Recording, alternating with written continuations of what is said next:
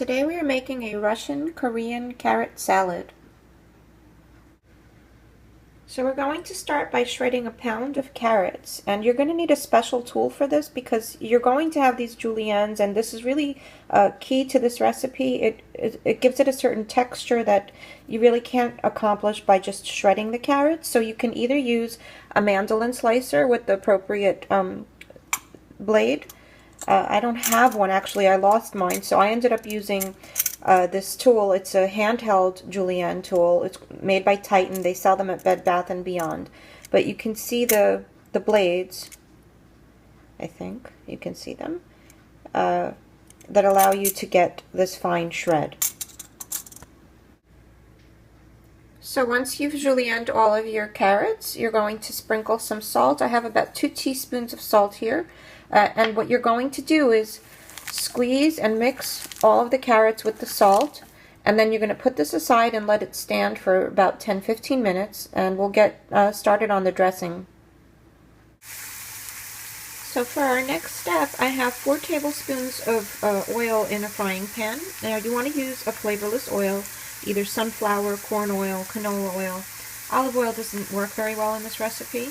So you're going to add a little bit of onion. I had a little tiny one and I didn't even use the whole onion.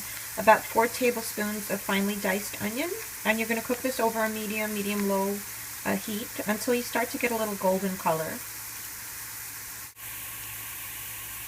So now that the onions are getting a little bit of color, I'm going to add some whole coriander seed. Alternatively, you can add a little coarsely crushed coriander seed. I'm also going to add some ground coriander seed. Now I had a tablespoon of the whole, and then I have 2 tablespoons of the ground coriander, and I'm also going to add 1 teaspoon of cayenne pepper. Now for the heat, you can use a chili pepper if you have a nice dried one that you have that you prefer. You just want to add a little bit of heat. Red pepper, any kind of hot pepper, and as much or as little as you like. I'm going to stir these in and let them toast a little bit, and I'll show you the next step. So I've let the spices and onions cook for about a minute longer. You'll start to smell the aroma of the coriander. It's really incredible.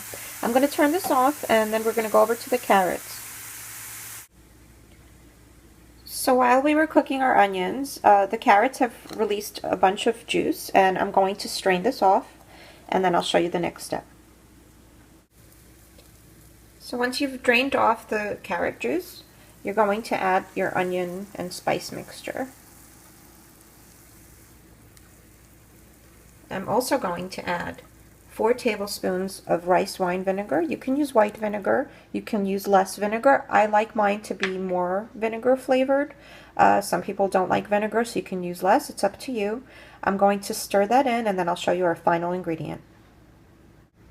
So once you've stirred all of your ingredients together, you're going to add some crushed garlic. I have 2 tablespoons here. You know me, I love my garlic. You can certainly use less or more, up to you. I'm going to stir that in, and now you want to refrigerate this for at least 24 hours. I know it's hard to resist, but it tastes so much better the following day. If you taste it now, you will not get the flavor, the true flavor of the salad. So try to be patient.